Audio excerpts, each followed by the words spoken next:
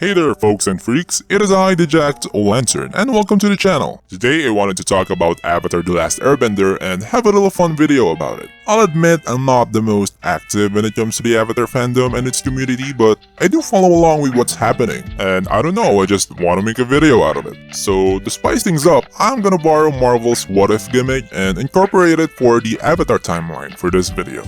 Although I might stretch things a bit, but I'll try to stick to the main timeline, which is the plot of the show, and then branch out from there. And no alternate timelines where it would lead our main characters to their death. So with that in mind, let's start.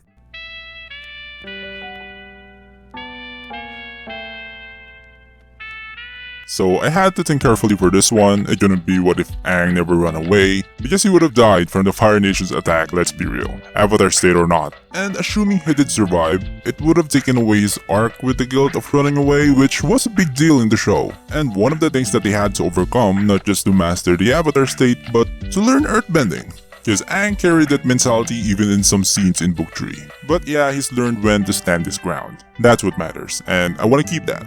So in this timeline, he still ran away during a storm, still froze himself, and was stuck for an indefinite amount of time on ice. But let's say just for a few days or weeks, at least until after the Fire Nation committed, the genocide.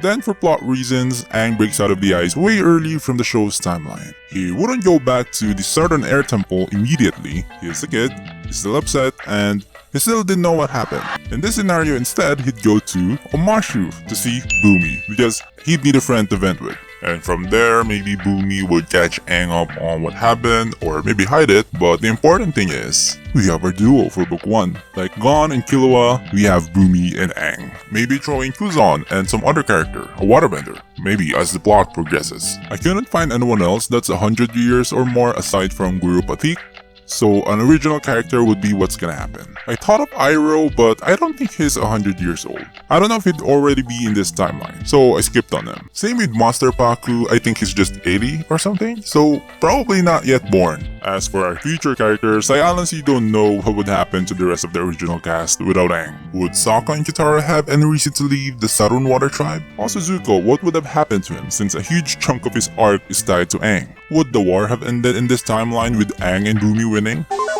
Or would it continue past the 100 years like the original? Who knows? Hey, maybe Sokka could have been the next Avatar after all, Nobody react to what I'm about to tell you. I think that kid might be the Avatar. So yeah, that's one of the more drastic what-ifs I had in mind. The next few ones would be a bit tamer, for the lack of a better word, but yeah.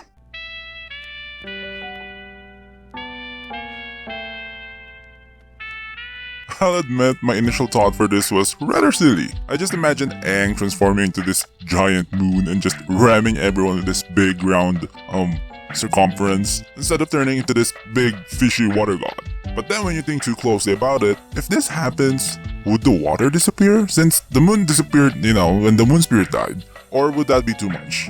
Perhaps the water would just be more chaotic and destructive without the waterbenders being able to control them. Honestly, I think it would be funny if the sea just straight up disappeared. Talk about an apocalyptic alternate timeline. Avatar, The Last of Water. And Yue should probably live since it's the moon spirit that gave her life, so she has none of that to give back to. In this timeline, the water spirit is probably regretting not backing up his files to Yue instead. Though I bet in the main series it's sort of prophetic, or is that the right word? The moon spirit probably saw the incident coming in the future, so it decided to use Yue as a backup hard drive. So I guess if it's the water spirit, it would probably be the one to give Yue life instead. Then Yue would be Goth in this timeline.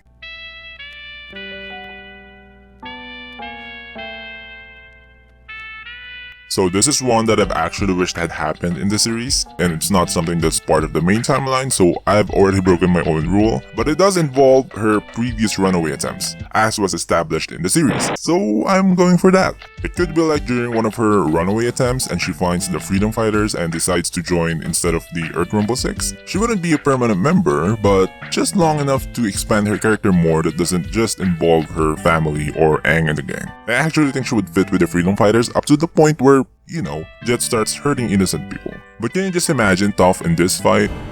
Yes, I would. Aang already had a problem against Jet, even with airbending. Granted, they were in Jet's turf, but just saying, non-benders can be brutal in this series. I don't think Aang and the gang would stand a chance at this point, unless Aang goes to the Avatar state, or if they could put some sense into Toph for her to turn her back against Jet.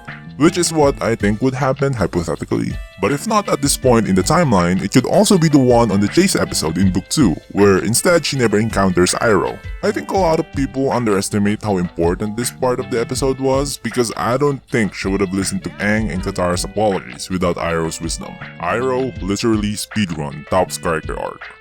So in this timeline, Toph, through the wonders of plot, ends up encountering the reformed freedom fighters, heading for Ba Sing Se, and maybe decides to join or is recruited by Jet, because she doesn't want to go back to her family, nor would she want to see Aang and Katara at the moment. Maybe after some time along the way, she'd end up making her return to Team Avatar. But honestly, she'd be amazing as a freedom fighter, let's be real. And it would also elevate the team to a more major role because Toph is an important character. Also, I think Toph might still be able to have that heart-to-heart with Uncle Iroh that would give her the push to go back to Team Avatar. The main bad thing about this timeline though is that Aang's earthbending arc would be postponed, causing the storyline to drag a bit. So yeah, it'd be a mess now that I think about it.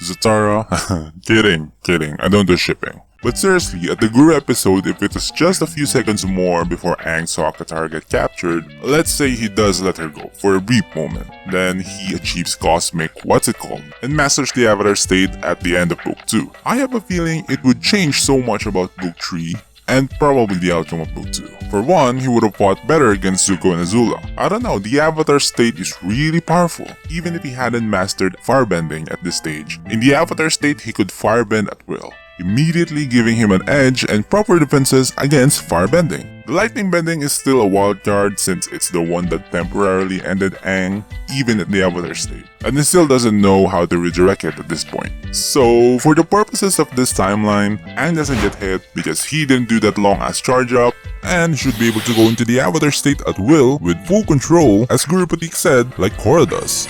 So then the Zairi would be defeated, the Ronin ones and Long Fang would be locked up, and then our heroes win. And either they expel Azula from Ba Sing Se or imprison her, which I don't know if they could.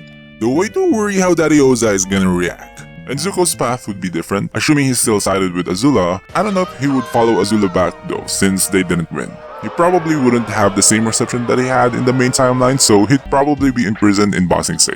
Considering what happened to Iroh in the original timeline, oh, how ironic would that be? Sorry. So that's one. And second, there could be a bigger impact to Aang and Katara's relationship. I don't know, they sort of implied it like that when Aang says sorry to Katara. I just thought all he had to do was learn to let go. I think just so he wouldn't choose Katara if the fate of the world is at stake. That kind of is. And third, most of Book 3 would have been in Ba Sing Se. Let that sink in. It would have to become their base of operations instead of hijacking Fire Nation ships and running around the Fire Nation in disguises, because the world knows they won, so the plot line and the setting would have major changes in Book 3. I can just imagine a siege-like arc in Ba Sing Se. So I'm kinda glad that the gang lost in Book 2. What about you guys? What do you think would have happened if they won in Book 2? I'm curious what you guys think, and you guys probably have better ideas. This is just what I could think of.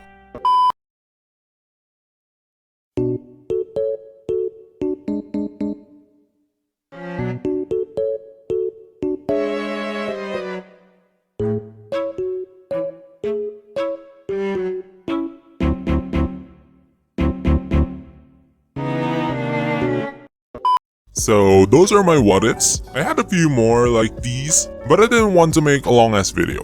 What about you guys? What do you think would have happened in any of these timelines I presented? The main ones or the bonus ones? Either or make new ones. Tell me your what ifs and alternate timelines and post a comment down below and let your creativity flow. So like and subscribe and always drink plenty of water. And see you later.